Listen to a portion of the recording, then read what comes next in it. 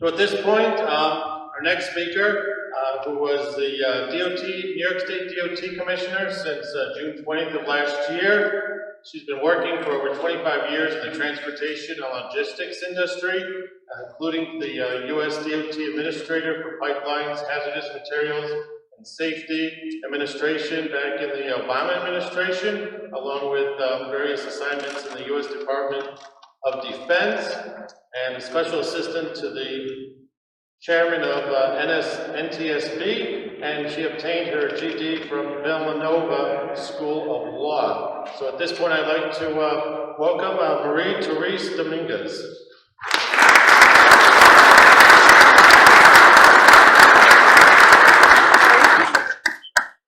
There you go. Right. Okay.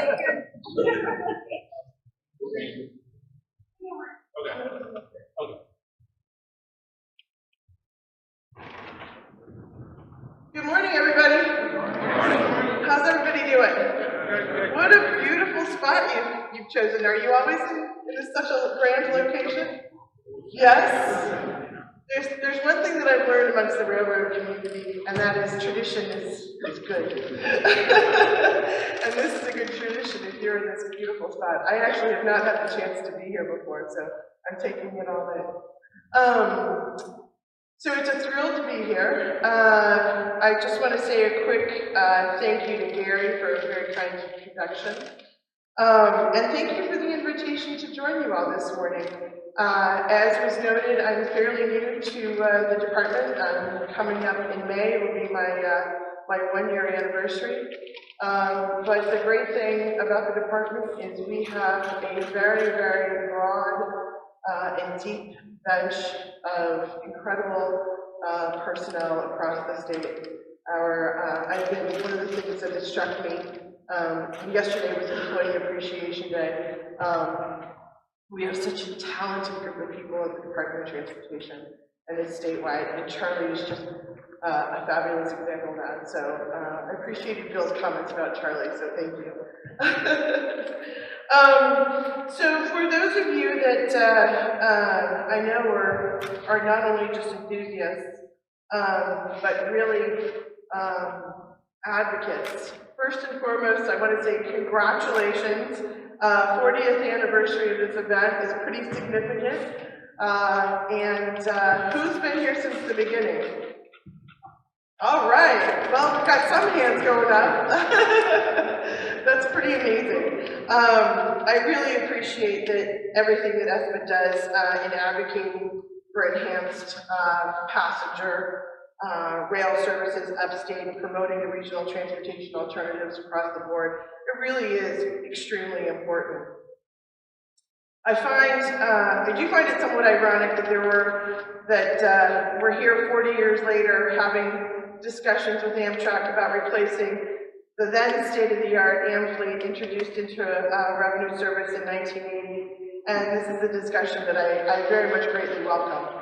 So I was glad I could hear Bill's comments, a portion of them, before I came up. But it really demonstrates the significant partnership and progress that New York has collectively made with Amtrak on the replacement of track, ties, signals along the Empire and Adirondack corridors.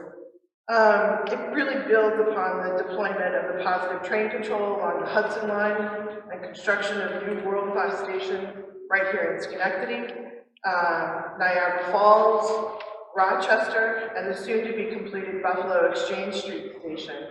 I keep close tabs on what's going on in Buffalo, and that project really is taking off.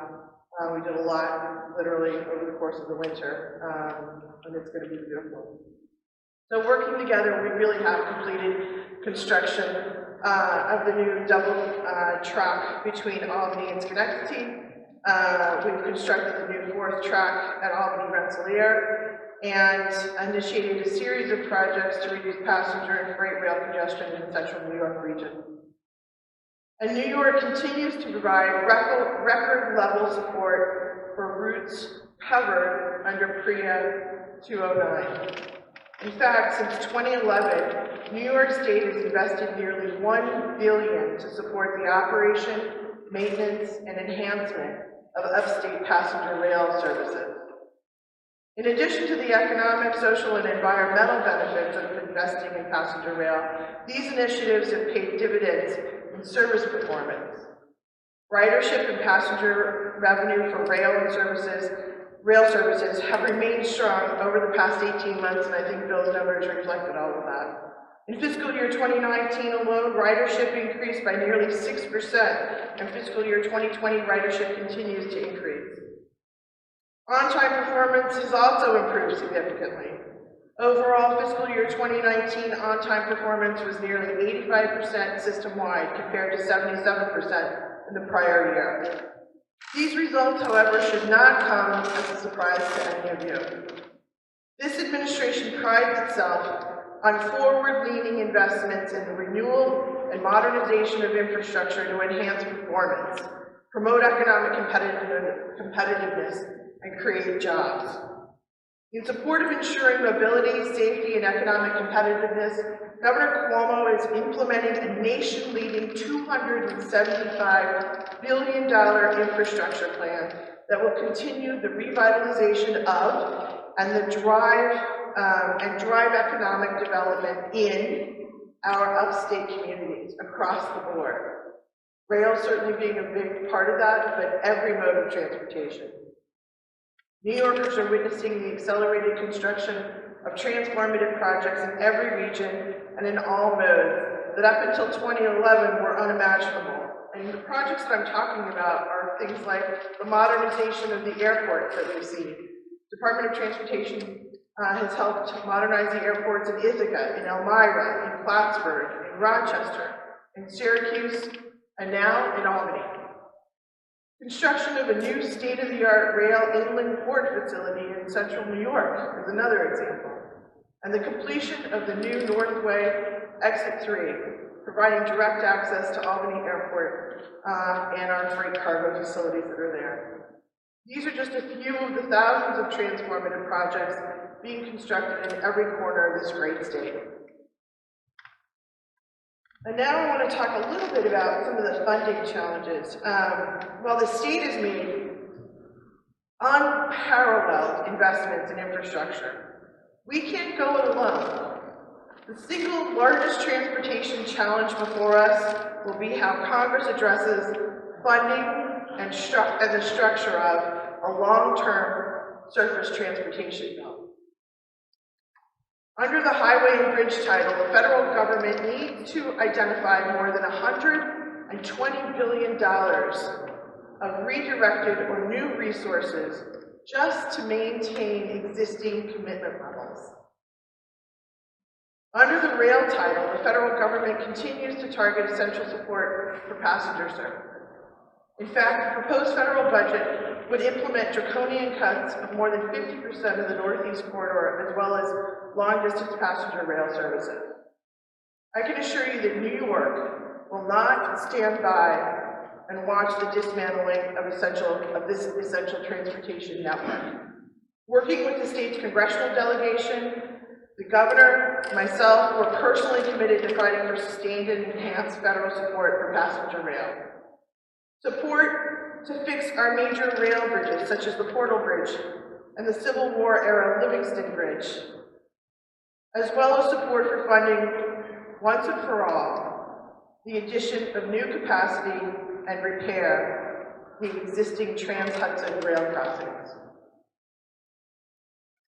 But all of these things are happening together, and they're incredibly important. The investment level that's happening is remarkable in the state of New York. But we also need to make sure that we keep our eyes on the federal piece as well, because what's happening in Washington is literally critical for all of us, especially here in New York with the amount of ridership that we have and the extensive nature and significant investment that we have in rail. But I want to talk to you about another thing that I think is also very critical, and that's climate. In 2019, New York enacted the nation's most comprehensive and aggressive environmental laws. Benchmarks established in the Climate Leadership and Community Protection Act include reducing greenhouse gas emissions from 1990 levels by 85% by 2050, and mandating 70% of the state's electricity be produced by renewable sources like wind and hydro by 2030. In parallel, building resilience into transportation infrastructure not only increases durability, it enhances functionality, especially during extreme weather events, and it reduces overall maintenance costs. To achieve these unparalleled goals, New York will require a strong and vibrant passenger and freight rail network. Today, more than 85% of commerce moves through the state by truck. In fact, the tonnage of freight transported by truck is expected to double in the next 2 decades. Strategic investments in relieving existing rail congestion and enhancing system capacity will be essential to meeting our environmental goals, while at the same time creating new rail opportunities. I heard somebody ask about this earlier, but I want to talk a little bit about high-speed rail. I'd like to personally thank ESPA for your support that you provided in the development of New York's first draft high-speed rail environmental impact statement. As you're aware, the state submitted the draft EIS to the Federal Rail Administration for legal sufficiency review in the summer of 2018. In late 2019, the Federal Rail Administration provided detailed comments back to the Department of Transportation in the review, gave it back to us for a review and action. And DOT is carefully reviewing all of FRA's feedback, as well as preparing to adjust as necessary moving forward. In parallel, as part of the 2020 State of the State address, Governor Cuomo announced that he would be convening a panel of outside experts to reassess strategies to finally bring high-speed rail service to New York. The panel will be tasked with questioning, re-examining, reimagining, rethinking the means and methods proposed in previous high-speed rail plans, and to recommend a new plan for how to build faster, greener, more reliable high-speed rail in the state of New York. We can no longer rely on decades-old strategies which take too long, and quite frankly cost a great deal of money to implement high-speed rail across this state. And if you haven't noticed, the governor, when he sets his mind to doing something, gets it done. So this is a good challenge for all of us, and something that I'm looking forward to taking on directly as we look at what the next generation of high-speed rail can actually be here in New York. So in closing, I'm confident that working together, there's nothing that we can't actually accomplish. If history is any indication whatsoever, investments in rail will support the state's overall environmental and economic health writ large. I'm pleased to be here with you today, and I want to personally thank you again for the great support that you provide to our transportation network, to rail specifically, and to the Department of Transportation, and I look forward to working with you. I'm sure there's many opportunities that lie ahead for us to do exactly that and partner together. I'm going to put one more plug in, and that is, I was talking about federal funding and how important it is. Please keep in mind that as you go out about your daily lives with your families, etc., the census is going to be open soon to fill it out. There's a direct correlation to everyone being counted in the census and federal dollars that are apportioned to the state through transportation. So keep that in mind. Census is important in many, many, many, many ways. So thank you all very much.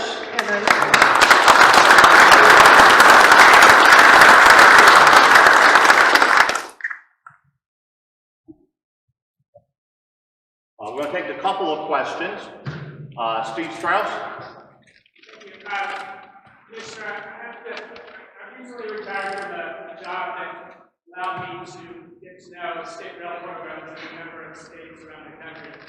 And I really have to question the robustness of our state rail program and call you on a couple of things that you mentioned. Our state rail plan was last approved in 2009, so it's 10 years old. Our EIS has been out there for 10 years with the Federal Rail Administration. Our state rail program in New York State DOT has 4 employees, and the appropriation for the Section 209 cost of Amtrak service in the state has stayed at the same level for approximately 5 years. So what can we do to really get a state program going here that's as good as North Carolina, Virginia, and Michigan, to name 3 good states. Well, I'll disagree with you and say that I think that our state actually is doing quite well given the incredible amount of investment that we've made, but also the number of riders that we have and how we go about it. I think given the amount of funding that we have and how funding has shifted over the course of the last decade, it's a constant struggle. But that said, we are constantly looking at how we can further enhance and strengthen our rail capacity across the board. The EIS on high-speed rail, I'm getting my arms around it in terms of just coming into the department over the course of the last year. The questions that we got back from FRA are very detailed. It'll take a while to go through all of that. And at the same time, you see the commitment that the governor has clearly put forward as a challenge for truly improving rail service in the form of high-speed rail. It's something that I hear wherever I go. People are very interested in high-speed rail. And the challenge is how can we do that in an affordable way that actually is going to truly accomplish the goal, which is reduce our greenhouse gas emissions, but also get people to their destination safely and comfortably in a way that they want to choose to ride. Because clearly you saw from the ridership numbers, upstate capacity is traffic into Penn Station, traffic into Albany, 2 of the biggest in the country. So we're going to continue to look at it. I appreciate what you're saying. Just one follow-up. I mean, you mentioned the shortage of funds, but there are federal funds available for infrastructure improvements in the state programs that the state could be applying, developing projects and applying for it or not. I'll be happy to. Simplicity and federal-state partnership for safety repair. Both programs that they're not huge, but there's money out there. We look at the Avenue Bridge and other projects. I commit that I'll get back to you and see how those programs actually work. There's always a trade-off, but I'd be happy to look into it. Tony? During your presentation, you mentioned that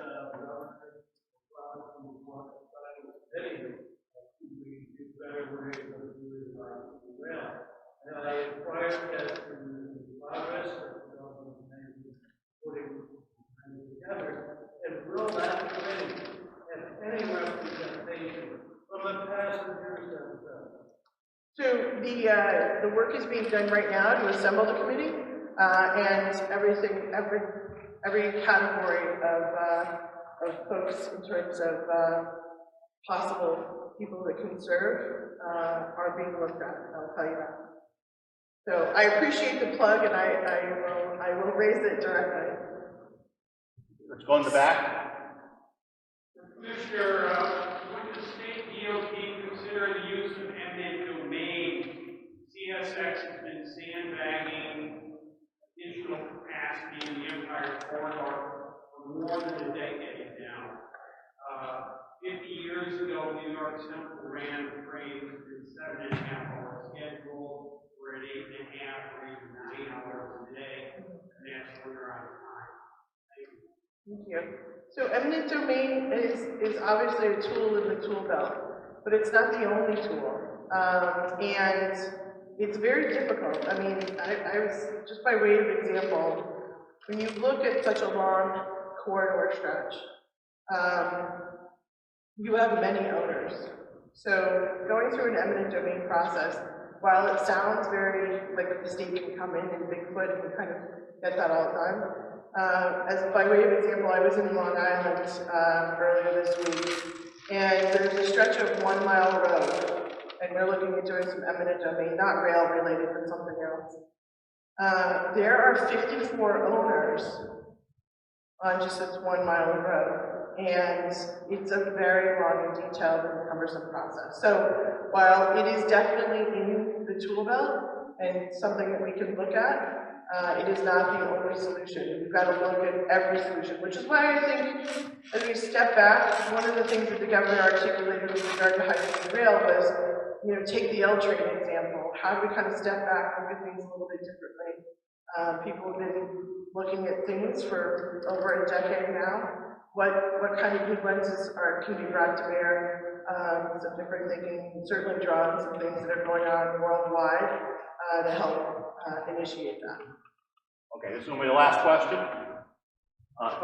Dwayne? Thank you for coming today, and regarding the governor's proposed panel for rebuilding, wanted to ask a question. What is the composition of the panel? I want to make sure, and I'm hoping that we will have people trained in the panel, including experts on the rail. There's plenty of engineers, many different varieties, but not necessarily experts in that. And also regarding the scope of what we're looking at, I'm hoping that not just be limited to the high rent of what's high, which we can look to see, but also look to see near-term improvements in the 98 we can implement that in the near term for a relatively low cost, and even if we did go ahead and implement 125 options further down the road, all those investments in the magazine will result in benefit. So the question is, what's the composition? How will the composition of the board be determined, and what's the scope of what the board will look at? So those are still being developed, but the bottom line is that I appreciate what you're saying, and the level of expertise. There, as I said before, there are people that have a variety of backgrounds and expertise, both inner city and elsewhere, that are thinking about things slightly differently. So the question is how can we tap into some of the work that's being done globally and see how we might apply it here in New York. But I appreciate what you're saying. I'll certainly convey it as we look forward to scoping and paneling this group. Eric?